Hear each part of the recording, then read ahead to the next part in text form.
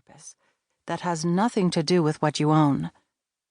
This purpose is perfectly matched to your gifts, skills, and personality. God has had it in mind for your life since before you were even born. If you can figure out what your purpose is and start spending more time and effort on that, and less on your stuff, you will be a much happier person. I can only imagine how different this world would be if more of us were committed to living out our unique purpose in alignment with God's will. If you started this book, I have to guess you are wondering what it looks like to choose your purpose over your possessions in the world we live in today. Well, I can tell you that is a lifestyle choice, one that is filled with intention and free of clutter. As a professional organizer for almost 2 decades, I have been in hundreds of homes. I have arrived at beautiful, immaculate houses full of every possession you can imagine, only to meet another person at the door who begins by explaining how overwhelmed they are. They are usually exhausted from trying to maintain all of their belongings, and they think that if I can just organize it all for them, life will be so much better. To a certain extent, this is true. An organized home will make you happier, give you an energy boost, and save you lots of time. And trust me, I love providing that service. In fact, I have written a 3-book series called Organize Now that provides step-by-step plans to get every area of your life and your home organized. But each time we begin the process of getting our things organized, there is a more profound process going on inside our spirits.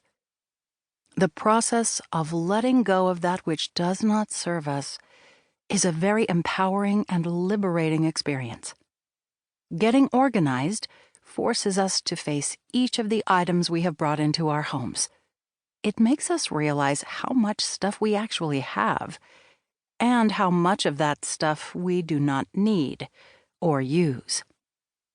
Somewhere in the process, we begin to realize that what we truly want is more freedom, more contentment, more time for things we love to do, and more space to breathe.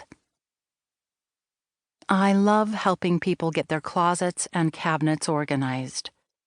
But what I love even more is teaching people how to live with intention and purpose. Intention can help us define what is important. Purpose gives us a reason to stick with the process. When we have both of these, it is easier to remove everything that does not belong. I have a gift for seeing potential in people and spaces. I have used the principles taught in this book to help transform hundreds of lives, including my own, and I have lived out my own journey of choosing purpose over possessions over the past 20 years. As an organized person, I love a good plan, and, to be blatantly honest, I like to be in control. My original plan for my life included moving from Western New York to Southern Florida for college, so that I could obtain a degree in business and marketing that would enable me to work in corporate America and make a lot of money. Shortly after graduation, I moved to Charlotte, North Carolina because of its booming job market. There, I made it to corporate America and had the paycheck I always wanted, but I still didn't feel fulfilled. Then, my plans shifted drastically. I was standing in the newsroom at Clear Channel Radio where I worked on that unforgettable day, September 11th, 2001. As we all watched those planes crash into the World Trade Center, I was horrified. And I remember thinking I did not want to waste another minute in my life. A few months later, I was laid off from that job due to cutbacks and became an unemployed new mom. I knew I wanted to do more with my life. Sure, I still wanted to make money and have nice things, but I also wanted to wake up every morning and do something that mattered. While strolling through a bookstore one day, I picked up a book called Do What You Love, The Money Will Follow, Discovering Your Right Livelihood